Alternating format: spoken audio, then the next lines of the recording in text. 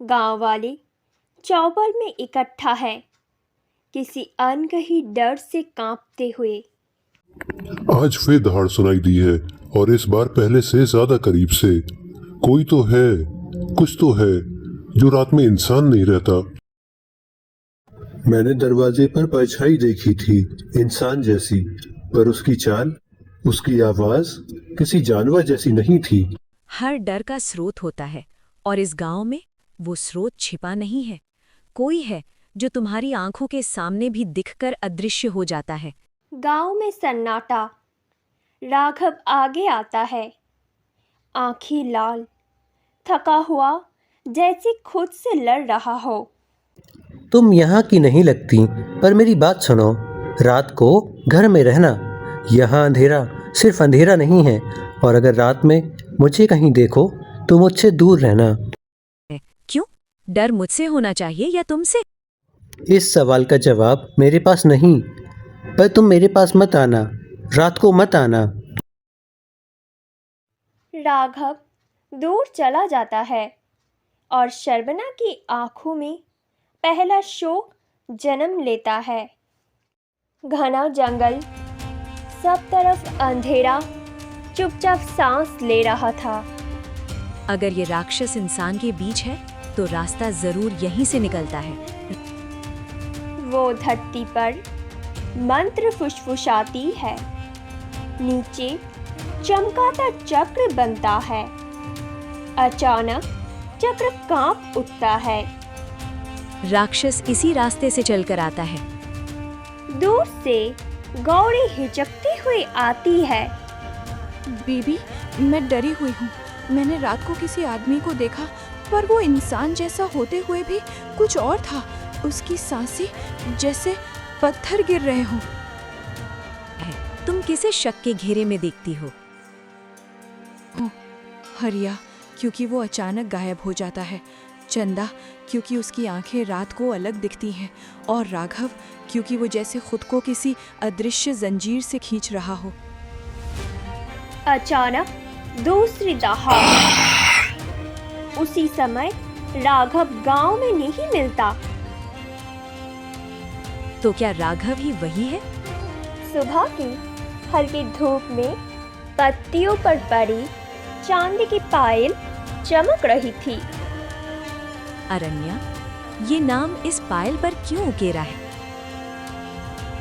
सरबना चंदा के पास जाती है। अरण्या कौन है चंदा? क्या वही राक्षस है? मेरी बहन। जंगल ने उसे निगल लिया।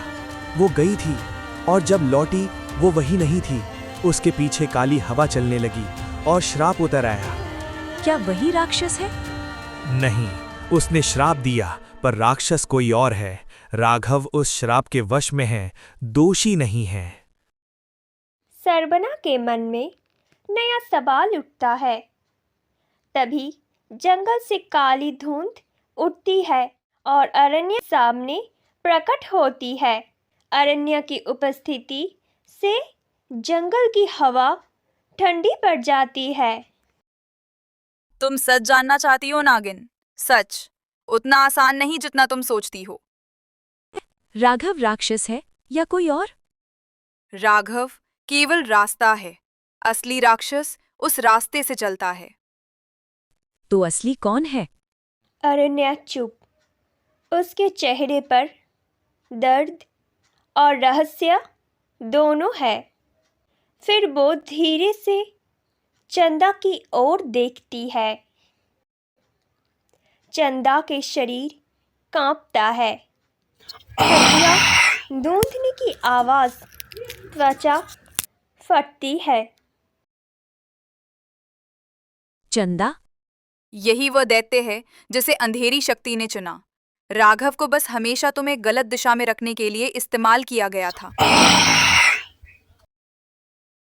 सब भागो, वो आ गया। वो सबको मार देगा। चंदा राक्षस आगे बढ़ता है। सरवना नागिन रूप में प्रकट होती है। चंदा, तेरा छल अब खत्म है। चंदा, तूने मासूमों को डराया, मुझे भ्रम में रखा। अब तेरा अंत होगा। तू अंधेरे को नहीं रोक सकती नागिन। जोर से फेंक देता है। सरबना घायल होती है, लेकिन उठती है। मैंने कभी नहीं सीखा पीछे हटना।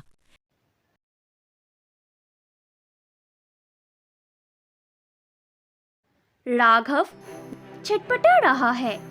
ताबीज चमक रहा है। इस ताबीज में जो बंधन है, आज वो टूटेगा। जागो राघव। मुझे कुछ जल रहा है। मेरे भीतर कुछ फट रहा है। उसकी आंखें सुनहरी हो जाती है। उसकी सांसें भारी होती है। अब मैं किसी के वश में नहीं हूँ। राघव चंदा के सामने खड़ा होता है। तू मेरा मोहरा था, तू मुझे नहीं रोक पाएगा। मैं डर का मोहरा था, पर अब डर मर चुका है। अगर अकेले नहीं कर सकते तो साथ मिलकर करेंगे। आज रात अंधेरा खत्म होगा। सरबना राघव के हाथों में ऊर्जा डालती है। ये ऊर्जा, ये गर्मी, ये बहाव, ये तुम हो? हाँ, शक्ति वहीं दी जाती है जहाँ भरोसा हो। दोनों मिलकर चंदा पर टूट पड़ते हैं। उसके भीतर नाग ऊर्जा बढ़ती जाती है। ये शक्ति मुझे खत्म कर देगी। आह! वो राख बनकर बिखर जाता है। दूर खड़ी अरण्या रोती है। चंदा का श्राप खत्म और मेरा अस्तित्व दी समाप्त। वो हवा में विलीन हो जाती है। सुबह गांव में पहली बार शांति। लोग राहत की सांस लेते हैं। राघव सरबना के पास आता है। तुमने मुझे खुद से बचाया। मैं अंधकार में खो गया था। तुमने मुझे बाहर निकाला। तुम हमेशा से मजबूत थे, बस किसी को तुम्हें याद दिलाना था। आज मैं आज़ाद हूँ, तुम्हारी वजह से। सरबना उसकी आंखों में देखती है। सुबह की हवा हल्की हो जाती है। कहानी वही शांत हो जाती है।